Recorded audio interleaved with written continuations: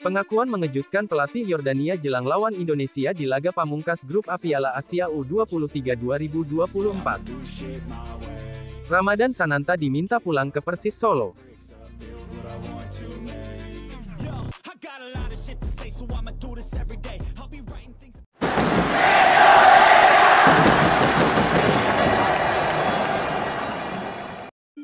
Pelatih Persis Solo ingin Sananta kembali usai dipastikan absen di dua laga di Piala Asia U23 2024. Absen di dua laga Timnas Indonesia U23, Ramadan Sananta bakal diminta pulang oleh Persis Solo. Persis Solo tampaknya berniat memanggil Ramadan Sananta untuk pulang dari tim nasional Timnas Indonesia U23.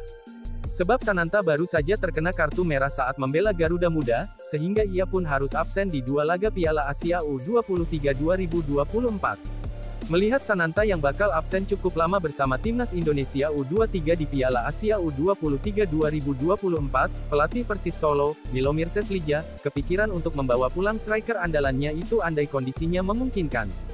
Seperti diketahui, Timnas Indonesia U23 saat ini tengah berjuang di babak grup A Piala Asia U23 2024. Namun skuad Garuda Muda tidak mengawali perjalanannya dengan mulus lantaran kalah 0-2 dari tuan rumah Qatar.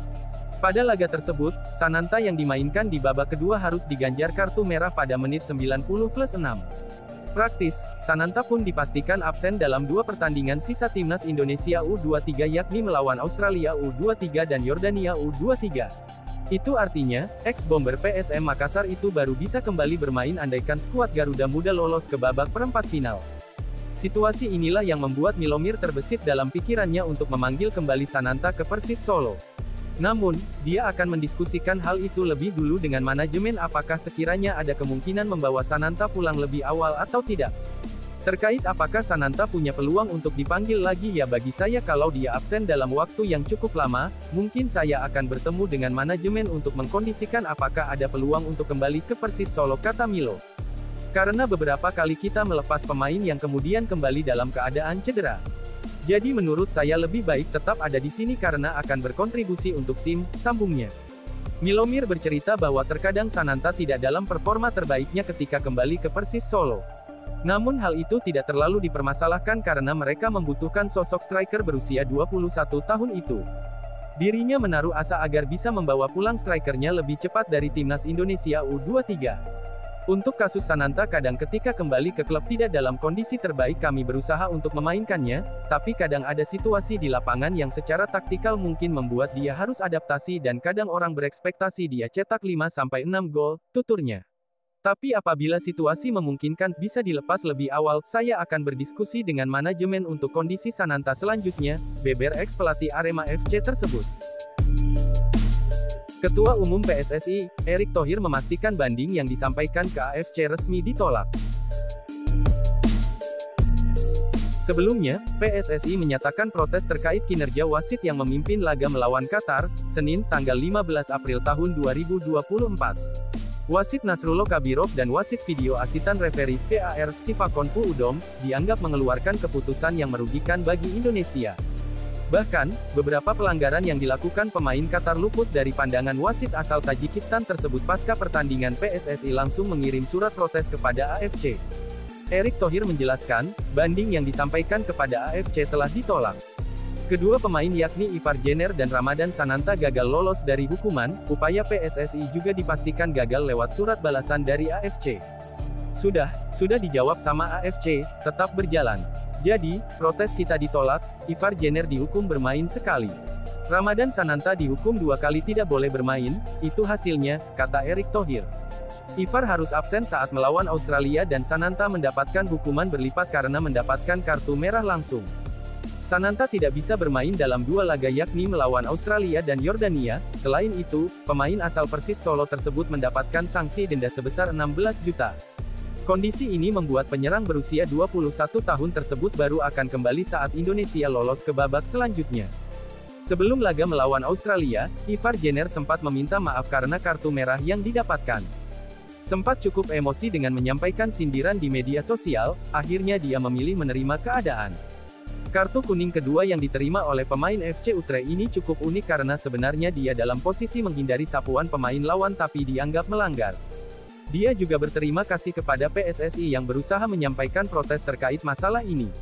Terima kasih semua orang yang telah mendukung saya. Setelah kartu merah saya yang aneh saat melawan Qatar, PSSI melakukan segalanya untuk menghapus kartu merah saya. Tetapi sayangnya masih diskors untuk pertandingan tersebut, tulis Ivar Jenner. Pengakuan jujur pelatih Yordania melawan Indonesia di laga pamungkas grup A Piala Asia U23 2024.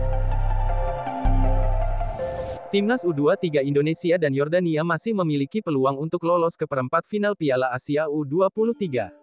Kedua tim akan berduel dalam laga hidup mati sebagai penentu kelolosan ke perempat final di Stadion Abdullah bin Khalifa, Doha, Qatar, tanggal 21 April tahun 2024. Pelatih Timnas U23 Yordania, Abu Zema masih belum menyerah, ia akan mati-matian membawa Yordania lolos ke perempat final. Harapannya tetap lolos dan kami masih punya satu pertandingan tersisa, yang sulit melawan Indonesia, dan kami akan berusaha semaksimal mungkin untuk lolos, kata Abu Zema, dilansir dari laman AFC. Ia akan memperbaiki apa yang belum sempurna di timnya. Yordania sudah menjalani dua pertandingan sebelumnya. Laga pertama, Yordania bermain imbang melawan Australia. Selanjutnya, mereka kalah 1-2 dari tuan rumah Qatar. Kami perlu fokus memperbaiki kelemahan kami dan memperbaiki kekurangan kami, kata Abu Zema. Saya ulangi bahwa saya sangat bangga dengan tim saya kemarin. Kami akan lolos ke babak berikutnya jika kami tetap menjaga semangat, fokus, dan komitmen yang sama di pertandingan berikutnya, ujarnya. Shin Tae-yong ungkap satu hal kiat sukses Timnas U23 Indonesia permalukan Australia. Pelatih Timnas U23 Indonesia, Shin Tae-yong, mengungkapkan kiat sukses anak-anak asuhnya yang bisa mengalahkan Australia dengan skor 1-0. Selepas pertandingan, Shin Tae-yong mengakui bahwa ini merupakan pertandingan berat.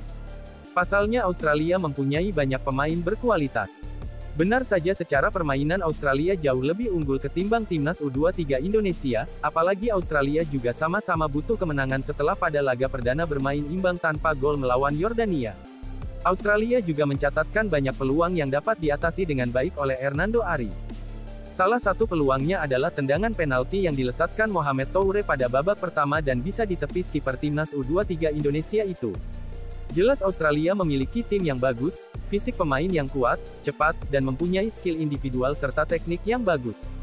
Jadi kami memperkirakan ini akan menjadi pertandingan yang sulit, kata Shin Tae-yong. Dan benar saja, pertandingan ini sangat sulit. Meski begitu ada satu hal yang terus ditekankan Shin Tae-yong kepada anak-anak asuhnya sebelum pertandingan, juru taktik asal Korea Selatan itu meminta kepada Rizky Ridho dan kawan-kawan tidak takut menghadapi Australia. Para pemain Timnas U23 Indonesia langsung menjalani tugas yang diberikan Shin Tae-yong. Terlihat Pratama Arhan dan kawan-kawan tidak gentar menghadapi Australia. Sebelum kami bertanding, saya selalu menekankan untuk tidak menyerah. Para pemain harus meningkatkan kepercayaan diri, saya pikir ini berhasil dan kami mendapatkan hasil yang bagus, tutup Shin Tae-yong. Sejarah baru tercipta usai Indonesia U23 berhasil raih kemenangan atas Australia U23 di Piala Asia U23 2024. Dibilang mencetak sejarah karena ini merupakan kemenangan pertama skuad Garuda Muda di Piala Asia U23. Sekadar diketahui, edisi 2024 merupakan ajang debut Timnas Indonesia U23 di Piala Asia U23. Hebatnya, Timnas Indonesia U23 hanya membutuhkan 2 laga untuk meraih kemenangan perdana di ajang 2 tahunan ini. Setelah kalah 0-2 dari Timnas Qatar U23 di matchday pertama, Timnas Indonesia U23 menang 1-0 atas Timnas Australia U23 di laga kedua. Gol tunggal kemenangan Timnas Indonesia U23 dicetak via sundulan Komang Teguh pada menit 45. Kemenangan ini langsung meroketkan posisi Timnas Indonesia U23 di klasemen sementara grup A Piala Asia U23 2024. Timnas Indonesia U23 untuk sementara duduk di posisi 2 klasemen grup A dengan 3 angka. Peluang Timnas Indonesia U23 ke perempat final Piala Asia U23 2024. Timnas Indonesia U23 dipastikan lolos atau takkan tergeser dari posisi 2 besar jika menang atas Yordania U23 di matchday pamungkas grup A pada Minggu, tanggal 21 November tahun 2024. Bagaimana jika imbang? Hasil imbang juga meloloskan Timnas Indonesia U23 asalkan di laga lain, Qatar U23 menang atas Australia U23 atau skor berakhir imbang, karena itu, bola berada di tangan Timnas Indonesia U23. Sebab, lolos atau tidaknya timnas Indonesia U23 ke perempat final Piala Asia U23 2024 berada di tangan mereka sendiri.